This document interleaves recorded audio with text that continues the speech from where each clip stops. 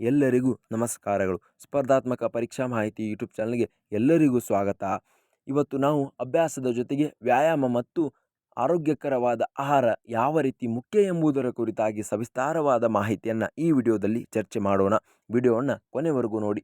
ನೀವು ನಿರಂತರವಾಗಿ ಯಾವುದೇ ಕೆಲಸದಲ್ಲಿ ತೊಡಗಿದರೂ ಅದು ನಿಮಗೆ ಆಲಸ್ಯವಾಗಿ ಕಾಣುತ್ತದೆ. ಅದೇ ರೀತಿಯಾಗಿ ಅಭ್ಯಾಸವು ಸಹ ಒಂದು. ನೀವು ನಿರಂತರವಾಗಿ ಅಭ್ಯಾಸವನ್ನು ಮಾಡುತ್ತಿದ್ದರೆ ಅದು ನಿಮಗೆ ಆಲಸ್ಯವಾಗಿ ಕಾಣುತ್ತದೆ ಮತ್ತು ನಿದ್ರೆ ಬರುವುದು ಸಹಜ. ಆದ್ದರಿಂದ ನೀವು ಅಭ್ಯಾಸದ ಜೊತೆಗೆ ವ್ಯಾಯಾಮವನ್ನು ಹೇಗೆ ರೂಢಿಸಿಕೊಳ್ಳುವುದು ಎಂಬುದು ಇಲ್ಲಿ ನಾವು ತಿಳಿಸಿಕೊಡುತ್ತೇವೆ.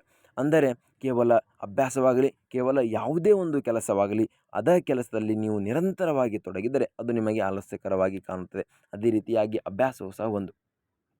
ಹೀಗಿರುವಾಗ ನಿರಂತರವಾಗಿ ನಿಮ್ಮ ಅಭ್ಯಾಸ ಮುಂದುವರಿಯಲಿ. ಅದೇ ರೀತಿಯಾಗಿ ಅಭ್ಯಾಸದಲ್ಲಿ ಈ ವ್ಯಾಯಾಮ ಎಂಬುದನ್ನು ಸಹ ನೀವು ಸೇರಿಸಿಕೊಳ್ಳಬೇಕಾಗುತ್ತದೆ. ಅಂದರೆ ಮುಂಜಾನೆ ಅಥವಾ ಸಂಜೆ ಯಾವುದಾದರೂ ಒಂದು ವೇಳೆಯಲ್ಲಿ ನೀವು ವ್ಯಾಯಾಮವನ್ನು ಮಾಡುವುದಾದರೆ ನೀವು ದಿನನಿತ್ಯ ಕ್ರಿಯೇಟಿವಿಟಿಯಿಂದ ಅತ್ಯಂತ ಸಂತೋಷದಿಂದ ನೀವು ವ್ಯಾಯಾಮವನ್ನು ಅಭ್ಯಾಸವನ್ನು ಮುಂದುವರಿಸಿರಿ. ಅಂದರೆ ನಿಮ್ಮ ದೇಹದಲ್ಲಿ ದೇಹದಾರ್ಢ್ಯತೆ, ನೆನಪಿನ ಶಕ್ತಿ, ಏಕಾಗ್ರತೆ ಮತ್ತು ಮುಂತಾದ ಹವ್ಯಾಸಗಳು ನಿಮ್ಮಲ್ಲಿ ಕಂಡುಬರುತ್ತವೆ. ಅದರಿಂದ ನೀವು ಅತ್ಯಂತ ಸಂತೋಷದಿಂದ ಅಭ್ಯಾಸವನ್ನು ಮಾಡುವಿರಿ. ಹಾಗೂ ನಿಮಗೆ ನಿದ್ರೆ ಬರುವುದು, ಆಲಸ್ಯ ಬರುವುದು ಇಲ್ಲ, ಅದು ಬರುವುದೇ ಇಲ್ಲ. ಆ ತೊಂದರೆಗಳು ನಿಮ್ಮಲ್ಲಿ ಕಂಡು ಬರುವುದಿಲ್ಲ.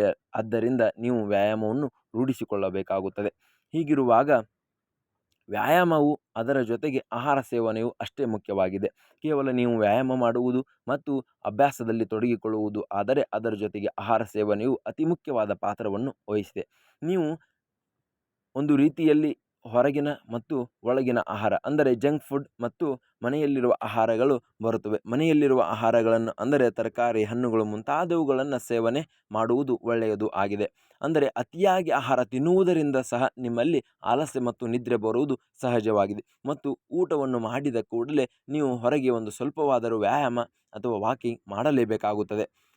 ಅದು ಅಷ್ಟೇ ಅಲ್ಲದೆ ನೀವು ಆರೋಗ್ಯಕರವಾದ ಆಹಾರವನ್ನು ಸೇವನೆ ಮಾಡಬೇಕಾಗುತ್ತದೆ ಮತ್ತು ನಿಮಗೆ ಅಗತ್ಯವಿದ್ದಷ್ಟು ಸಮಾಂತರವಾಗಿ ಸಮತಲವಾಗಿ ಆಹಾರವನ್ನು ಸೇವನೆ ಮಾಡಬೇಕಾಗುತ್ತದೆ. ನಿಮ್ಮ ದೇಹ ತಡೆದುಕೊಳ್ಳುವಷ್ಟು ಮತ್ತು ಅದಕ್ಕಿಂತ ಸ್ವಲ್ಪ ಕಡಿಮೆ ಮಾಡಿದರೆ ಒಳ್ಳೆಯದು ಎಂದು ಹೇಳಬಹುದು.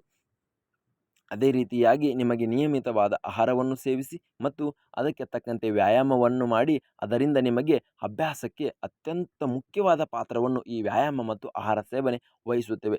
ನೀವು ನಿರಂತರವಾಗಿ ಅಭ್ಯಾಸವನ್ನು ಮಾಡಲು ಬಯಸುವಿರಿ ಅಥವಾ ನಿಮಗೆ ಆಲಸ್ಯವನ್ನು ಬಾರದಿರಲು ಅತ್ಯಂತ ಮುಖ್ಯವಾದ ಒಂದು ಪಾತ್ರವನ್ನು ವ್ಯಾಯಾಮ ಮತ್ತು ಆಹಾರ ವಹಿಸುತ್ತವೆ.